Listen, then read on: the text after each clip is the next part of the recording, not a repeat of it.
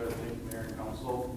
So, tonight on the City Council agenda is the road recommendation memo. And in talking with the Trevors, they wanted to kind of have me give you a breakdown of really what we're looking at when we do these evaluations. So that's kind of what we're going to get into tonight. So, since the 2024 project, so we've walked the 2024 project and every road project since then to really get an idea of what that pavement is actually doing. So there's a few things we look for. Pavement cracking, the four main types, potholes, surface wearing, how well does it look, can you see all the aggregate, how much binder can you really see, where is the binder at compared to the aggregate. Stripping, we're very familiar with that. Rutting is typically just where the tires typically drive in the road. And then any existing repairs, such as patching and crack sealing, and how well is that holding up? Is that getting worse? Do they need more? Stuff like that. So in those four different types of cracking, that's one of the biggest indicators. So block cracking, you have large areas, and you can typically see that on older roads, or through just over time. Fatigue cracking or alligator cracking, that's where those block cracking just gets smaller and smaller and smaller. The pavement just can't support itself, so it just continues to break up. Transverse cracks, those are typically the ones that show up first. That's a lot of times from your thermal cycles, and it also is an indication. It gets much worse when that binder starts to get older.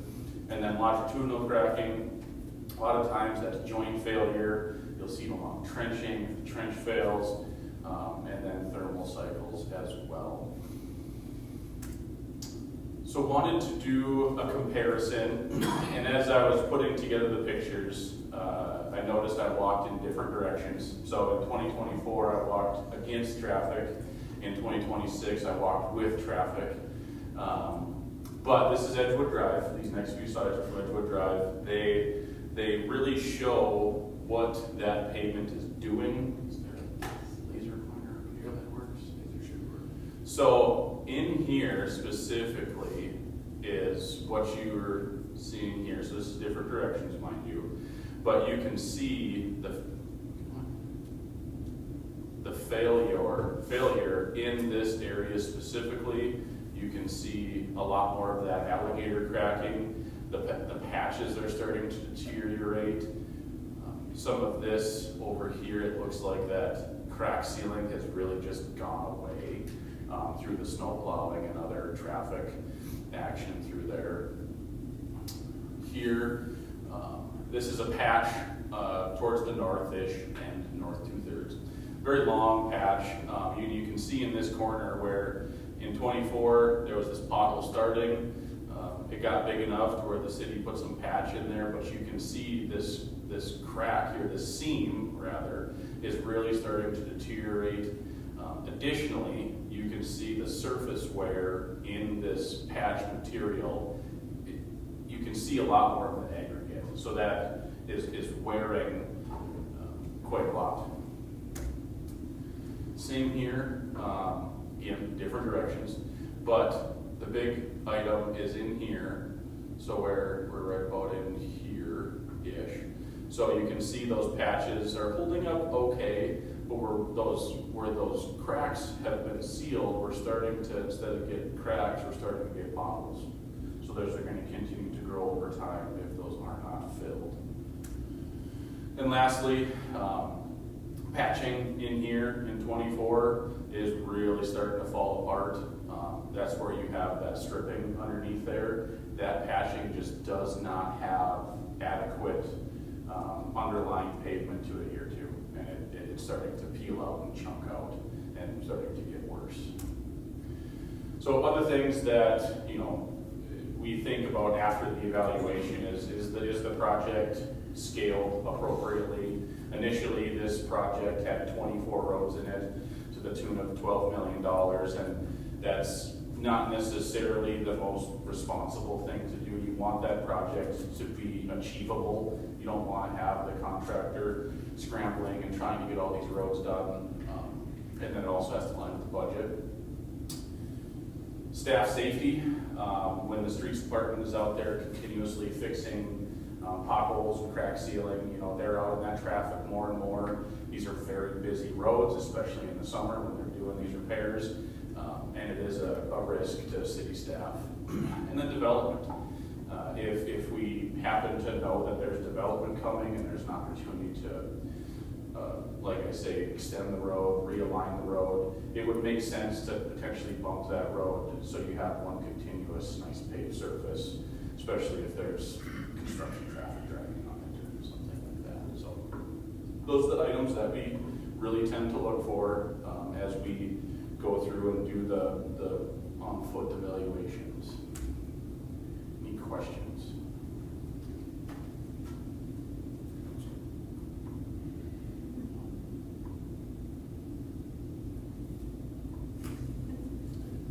Alex, Yes. why did you do the presentation? What's on the consent agenda? You already told us that.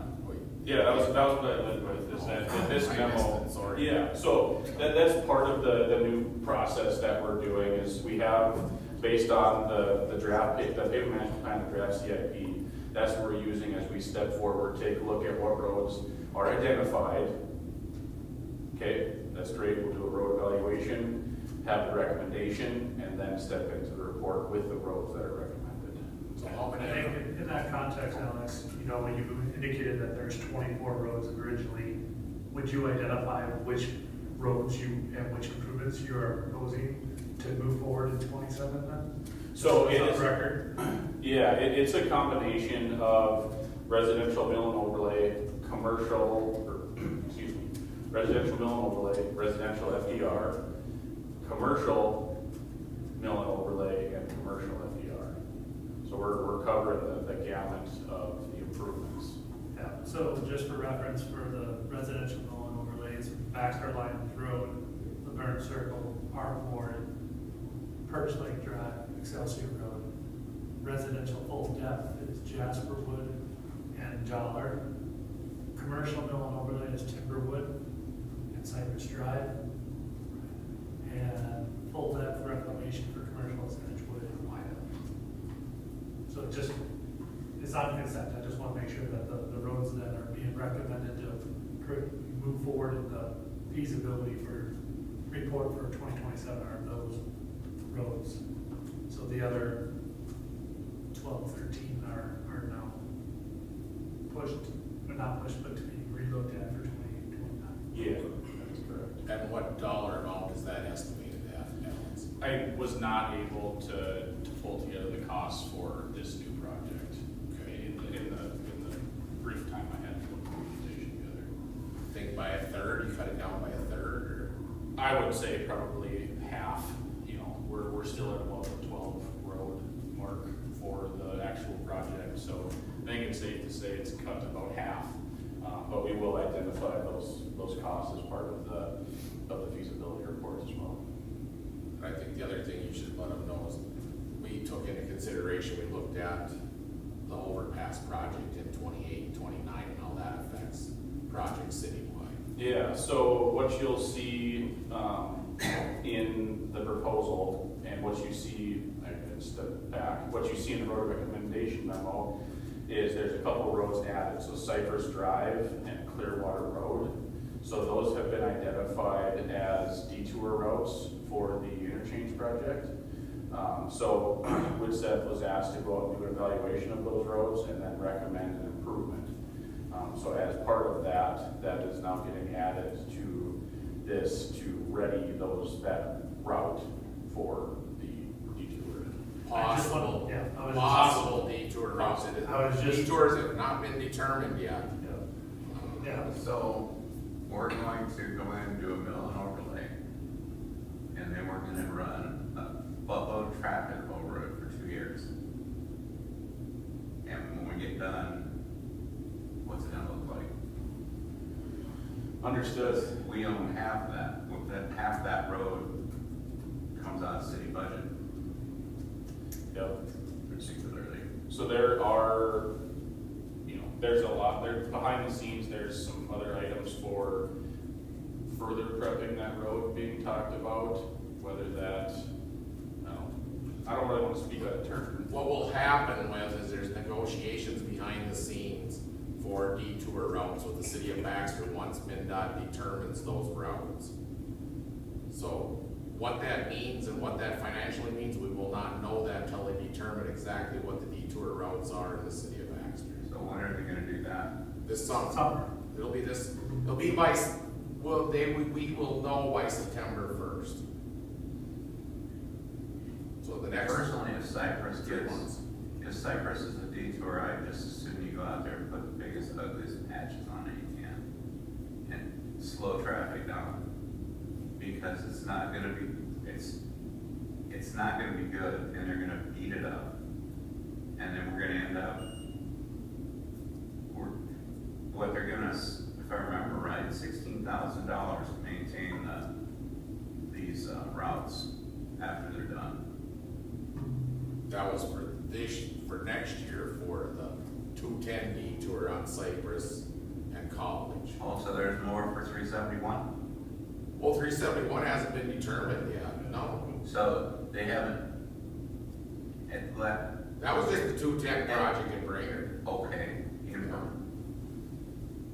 First, I thought you and I had talked about this at a previous meeting, and you quoted me a number of $16,000, and I was talking about the overpass project. that is the contract that's on tonight for, It was last meeting. it was at the last council meeting for approval for the detour of next year's 210 project in Baxter. And then what we did is we gave you guys the numbers of what it costs to just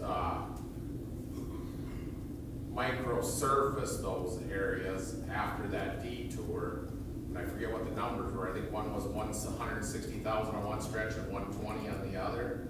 And they're only giving us about $16,000 for one summer of detour. So we were trying to put it in perspective.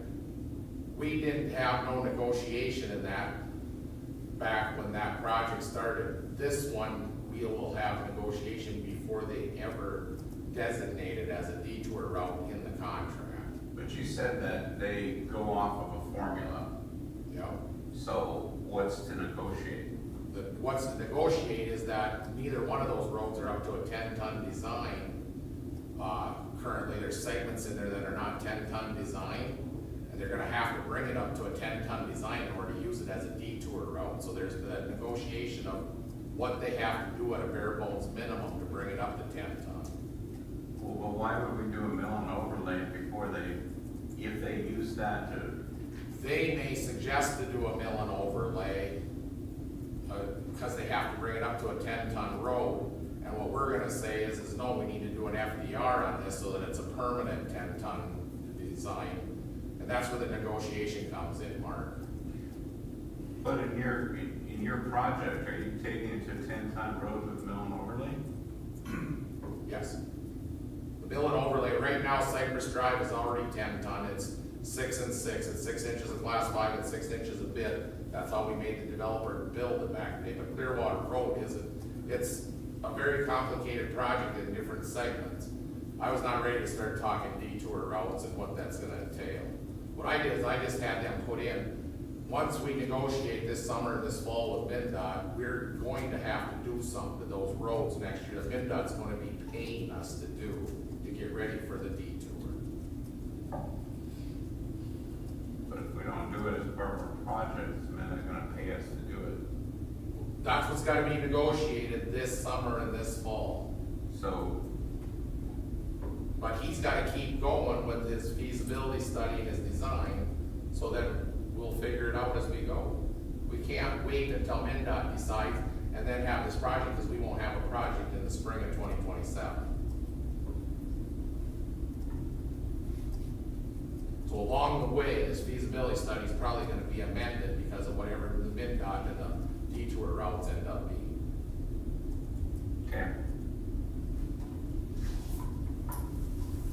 I wasn't ready for that, sorry.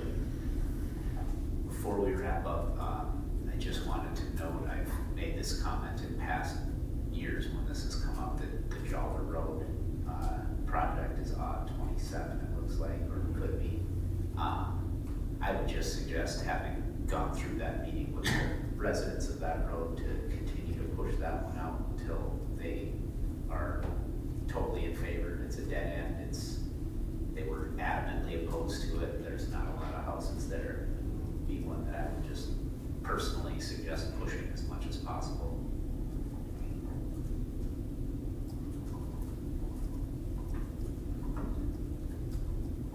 You know, with the approval of the consent agenda, we're gonna start spending money, unless I'm mistaken here. So my concern is, are we ahead of ourselves here?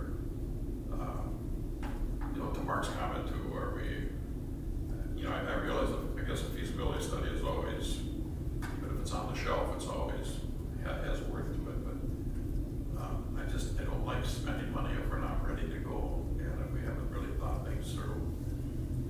And I'm not sure, Mayor, I just want to bring to light is the council authorized the completion of a feasibility report for the 24 roads. All that's been done at this point is the inspection and the memo in that regard.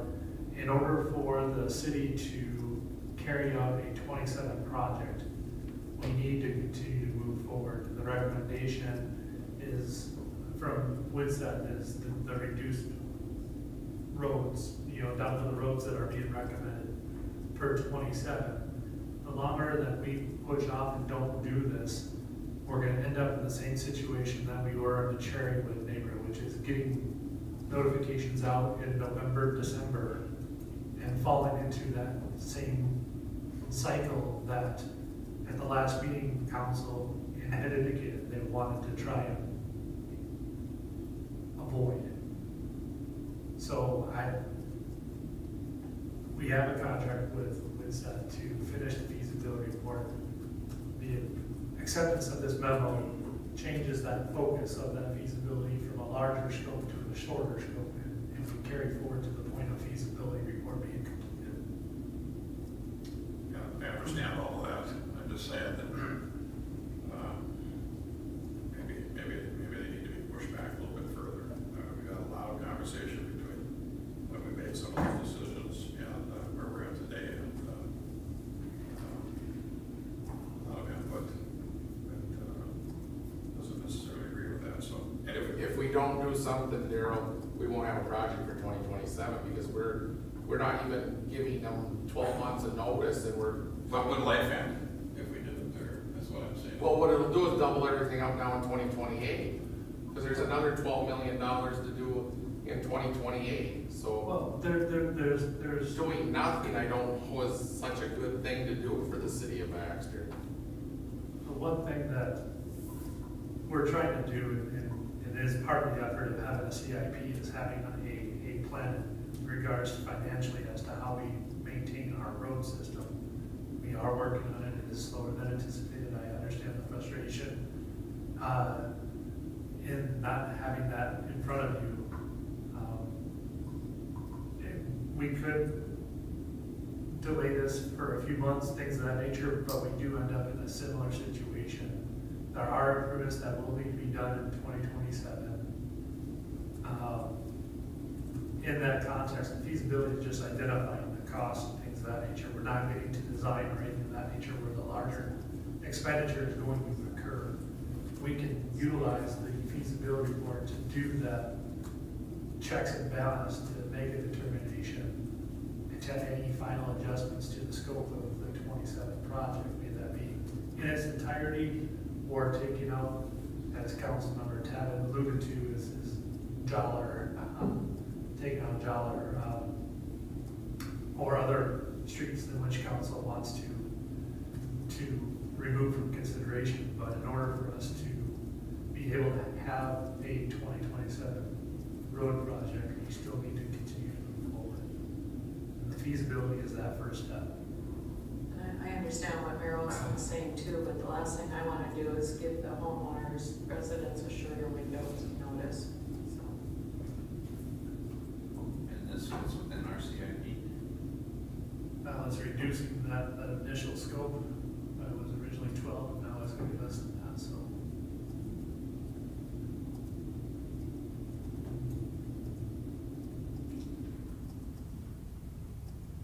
I think we gotta get the feasibility study and have this discussion.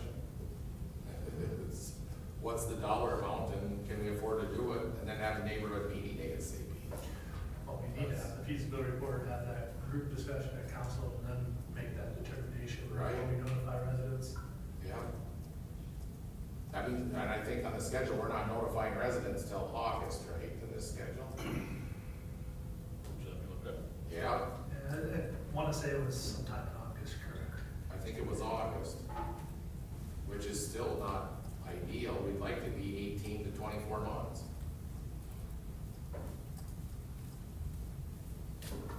But it's better than last year. And council, your thoughts? I would just generally agree with Councilman Felicio in terms of the timeline. If it means we have reports that we determine we're gonna push out the actual work longer, I'm okay with that compared to, trying to get a feasibility report done on a shorter timeline and doing a project surprising people. Trevor was correct, we were proposing August 6th for that first public informational meeting, so we'd be able to put together some information as part of the feasibility study, bring that into a public informational meeting. That's where we answer some of those initial questions that we get time and time again, and present the project, and then we continue on with the feasibility report. You can do a feasibility report, send it to us, we can go through it and decide which projects fit our CIP. Yeah, I mean, that's certainly a possibility, yeah. And you're gonna have numbers for each individual project. We could split it out, typically in the past, for projects that have multiple improvement options. So it'd be a mill and overlay, residential mill and overlay, commercial FDR. We could certainly break that out per road in the feasibility report to give you an idea of what road is. I think you need to do that if we're gonna be considering dropping some. Yeah, that's how our spreadsheets are set up, so we're just gonna put that into the report. Yeah, and that's the month of July. Yep. July is the feasibility studies and finishing, and then the city council, we get the informational meeting, if the city council goes ahead with the project. And I think the informational meeting needs to happen sooner than later. Yes, I agree.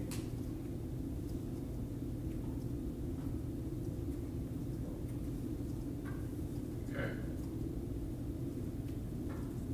Well, it's on the agenda later, so we can move on. We're already 10 minutes late here, but thank you. Thanks for your commitment. Have a motion to adjourn the workshop. Motion to adjourn? Second? All in favor? Aye. Jump right into our council. I guess. Ready to go? Kelly? Okay. After 7, call the meeting to order. Let the roll call show that we're all here. As to Mary. Vice President.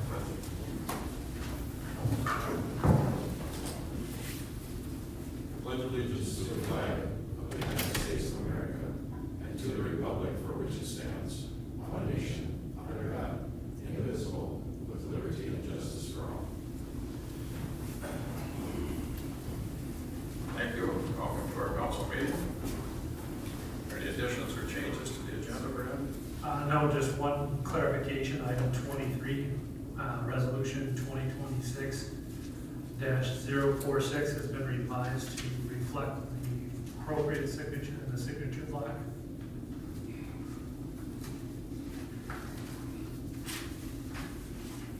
Okay.